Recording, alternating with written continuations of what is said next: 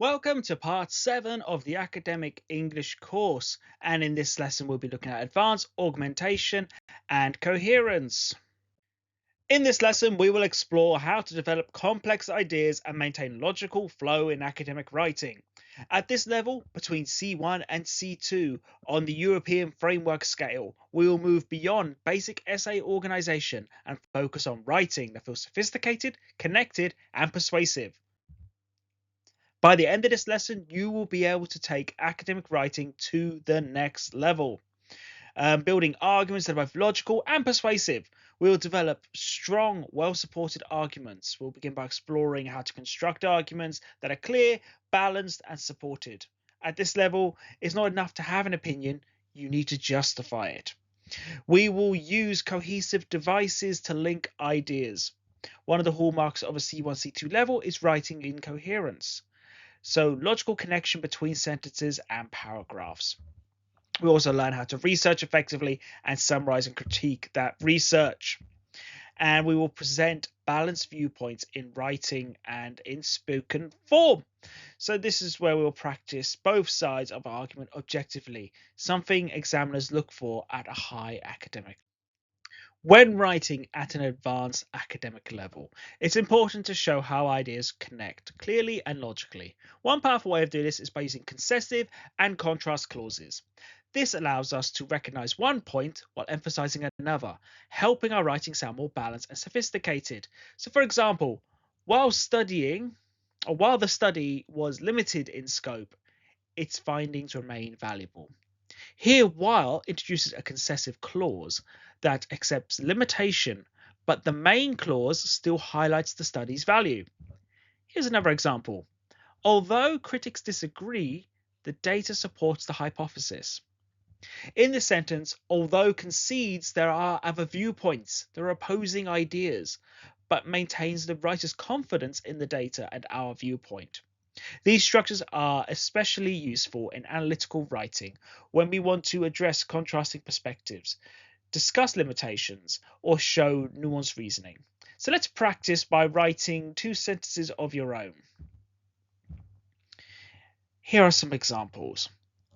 Even though the sample size was small, the results were statistically significant. Another model example. Whereas previous studies focus on short-term effects, this research examines long-term outcomes. So practice writing your own examples using concessive or contrast clauses. In academic writing, it's important to use precision and analytical verbs when evaluating or critiquing research. These verbs we choose can show whether we agree, question, or we want to build upon the ideas of others. So here are some really useful verbs to use. We could say challenge, dispute, support, reinforce, acknowledge, or undermine. Let's look at some examples of how these would be used. This study supports previous findings on learner motivation. Here, the verb support shows that the research agrees and adds weight to the existing evidence. The author challenges the assumption that technology hinders communication. In the example, challenges signals disagreement. The author is questioning a previously accepted idea. When we use verbs like these, we want to make our writing clearer and more persuasive. You show the reader exactly how your argument relates to the ideas of others, whether you agree, disagree, whether you're developing an idea or you're opposing them. So let's practice. Complete each sentence with an appropriate academic verb. Here are my examples. The reporter acknowledges the limitations of current data. And our final one here. Find yourself an example that you can use from the vocabulary. Recent evidence reinforces the argument that online learning improves accessibility. So have a go yourself and try using this vocabulary in your academic writing. A strong academic essay doesn't only present one side of the argument, it also anticipates and addresses opposing viewpoints. This shows that you understand the complexity of the issue and can engage critically with different perspectives. For example, While some argue that exams motivate students, others suggest that the increase in anxiety and limit creativity. In this sentence, we can see both sides of an argument are acknowledged. The writer recognizes the values of the exams, how useful they can be, but introduces a valid concern. This approach demonstrates balance and helps build credibility because it shows that the writer has considered alternative viewpoints, alternative perspectives, before forming their conclusion. When developing counterarguments, aim to do two things: present the opposing view fairly and accurately. Don't misinterpret, or misrepresent the other side. It weakens your argument. And you can refute or respond to it logically. Explain your position still holds stronger evidence or reasoning. So let's practice. I want you to write a paragraph presenting or refuting a counter argument related to education or research. Try to show balance by using linking words such as however, nevertheless, or on the other hand. Here is my example. Some researchers claim that online learning reduces the quality of education because students have fewer opportunities for discussion. However, recent studies indicate that digital platforms can actually increase participation, allowing students who are shy in face-to-face settings to engage more actively. Nominal clauses are useful structures in academic writing because they allow complex ideas to function as nouns within a sentence. This means you can express abstract ideas or concepts or entire statements using a single grammatical unit, giving writing a more formal and academic tone. What do I mean by this? We'll have a look at an example. What the data shows is a clear improvement in results.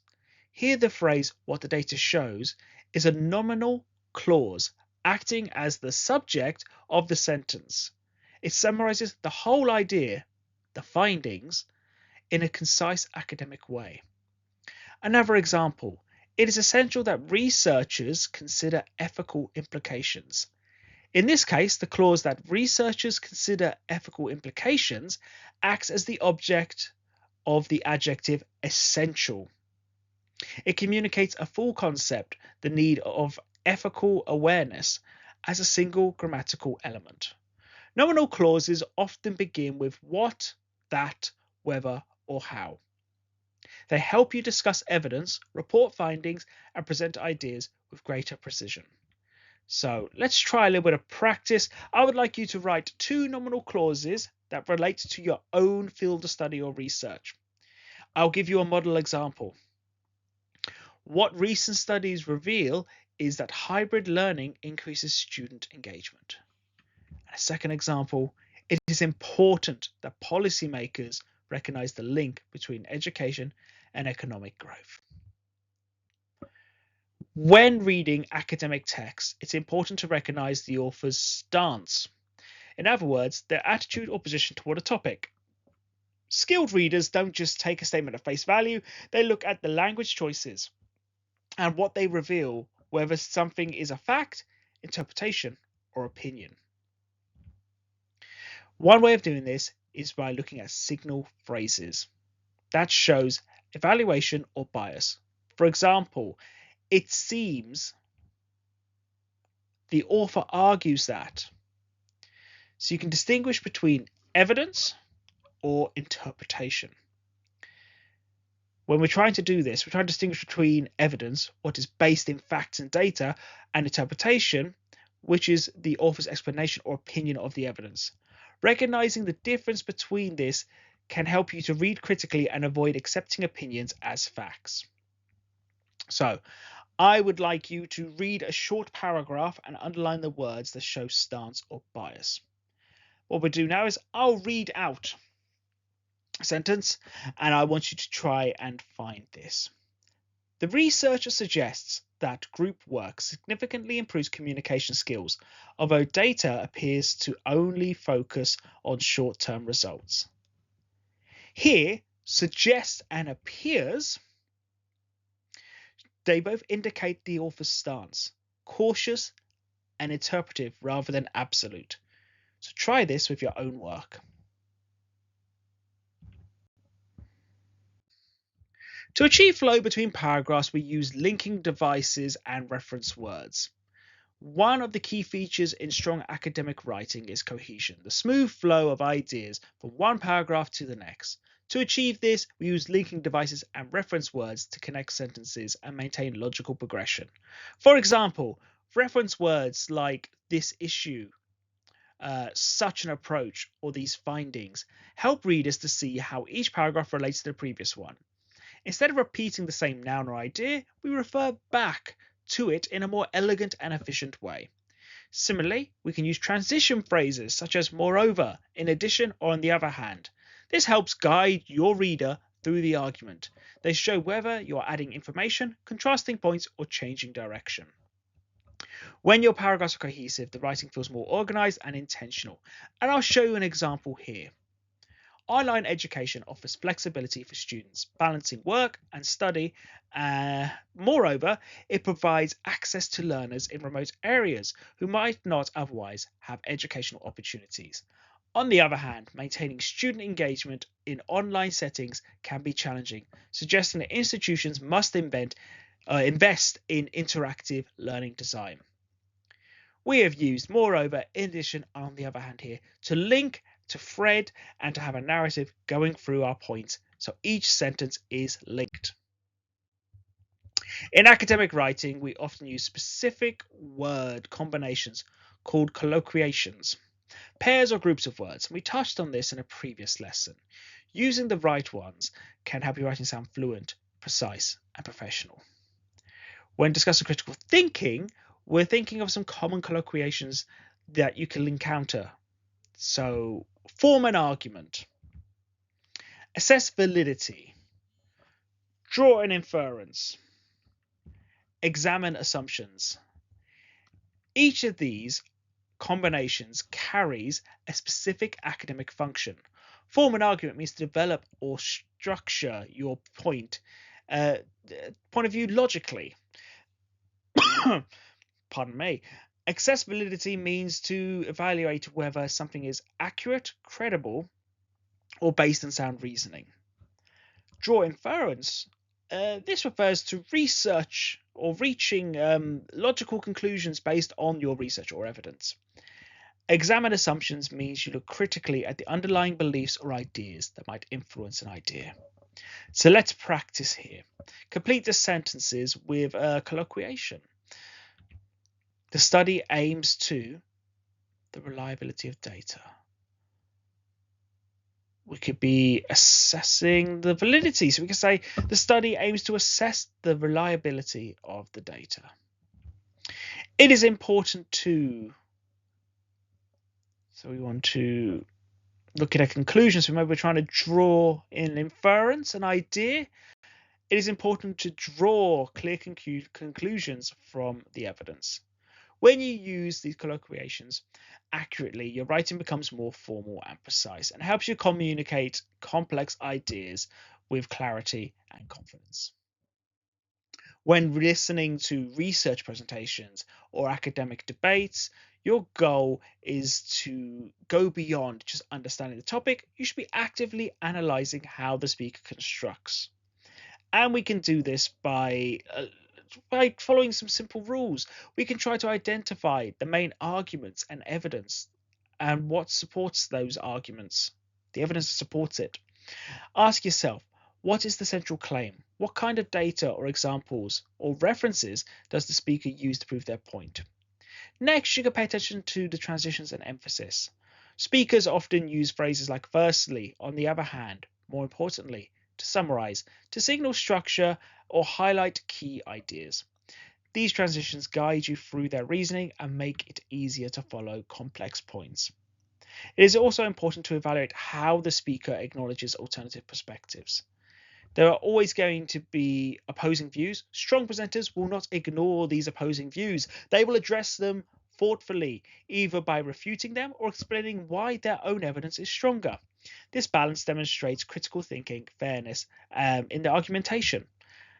Now it's time for you to go away, listen to a text, listen to something, I'd recommend finding a TED Talk and seeing how they structure it. But if you can't find one, here is a model example I want you to listen to, and listen to the key points. In the debate about remote work, Speaker A argues that it improves productivity by following flexible scheduling, supported by data and other recent surveys. In contrast, Speaker B maintains that remote work reduces collaboration and innovation, citing examples for team-based industries. This is the type of summary that demonstrates comprehension, objectivity, and academic listening skills, all essentials for advanced study and research discussions. Conditional sentences are extremely useful in academic writing because they allow us to express hypothetical reasoning, ideas about what might happen if a certain condition is met. This kind of structure is especially effective when discussing predictions, research, implications, or possible outcomes. Some examples. If universities invested more in online learning, access would increase. Here, the conditional clause, if universities invested more, presents a hypothetical situation, and the result clause, access would increase, describes what we think the outcome would be. This is a second conditional, often used for imagined or unlikely situations. Another example, were the results confirmed, implications could be significant. This is more formal as it omits if and inverts the subject and verb. It carries the same meaning if the results were confirmed, but sounds more sophisticated. Conditionals like this help the writer explore possibilities without making absolute claims. They allow you to present arguments that are logical and reasoned, yet open to interpretation based on future evidence. I'd like you to try to write 2 conditional sentences related to some outcomes, some research outcomes. My examples, if participants completed the program, their performance would likely improve. The idea, the hypothetical conclusion. Let's try another. Were further studies conducted? If this happened, they might reveal stronger correlations between their variables. This is really useful for hypothetical reasoning. So our examples, if universities invested more in online learning, access would increase. We can see how we build these ideas. So use conditional sentences for argumentation and make your own sentences. One of the simplest ways to improve your vocabulary and to sound more sophisticated is to avoid repetition. And we can do this by using alternatives. So avoid using words like important. Let's try and use significant, crucial, essential, fundamental, notable. Each of these has a slightly different meaning in emphasis. So significant highlights the impact or influence of something. Crucial implies that it is vital or decisive for success. Essential means something absolutely necessary or required. Fundamental refers to something that underpins or forms the basis of an idea. Notable suggests that something deserves more attention or recognition. So let's try to replace important in these sentences. It is important to maintain objectivity in academic research. For example, we could say it is essential to maintain objectivity in academic research. The study made an important contribution to the field of psychology. We could say makes a significant contribution to the field of psychology. By choosing the right synonym, you can make your writing sound more natural, intelligent. So try using this vocabulary in your writing, and let's get rid of the word important. Summarizing is a key academic skill and involves condensing ideas while still maintaining the original meaning. It also allows you to present essential information clearly and efficiently. It's a crucial skill for writing essays, reports, and literature reviews.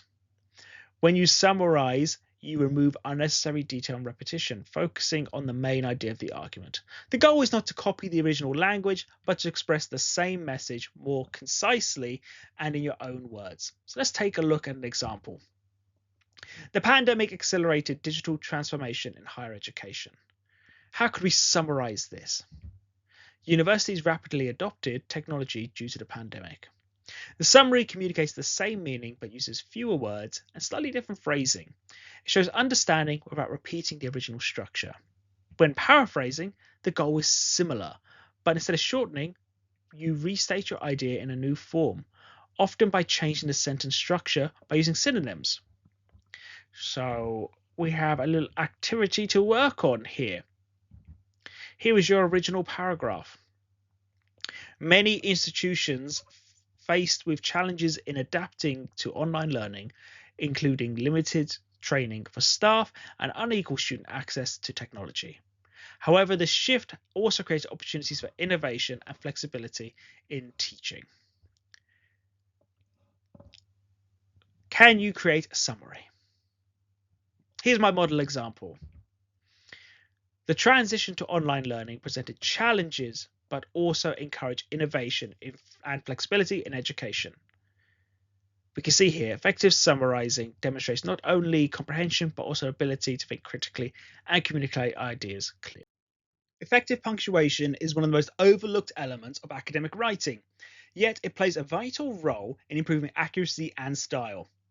When used well, punctuation helps your reader follow your argument smoothly and understand exactly how your ideas connect. Let's look at two types of punctuation that makes your writing sound better: colons and semicolons. We use colons to introduce a list, explanation, or expansion of an idea. For example, the study highlights 3 key issues: funding, accessibility, and student engagement. Here the colon signals that the list completes or explains the first part of the sentence. A semicolon is used in a different way. It links two closely related ideas that could stand alone as a sentence but work better together. So an example of this: online learning offers flexibility, semicolon.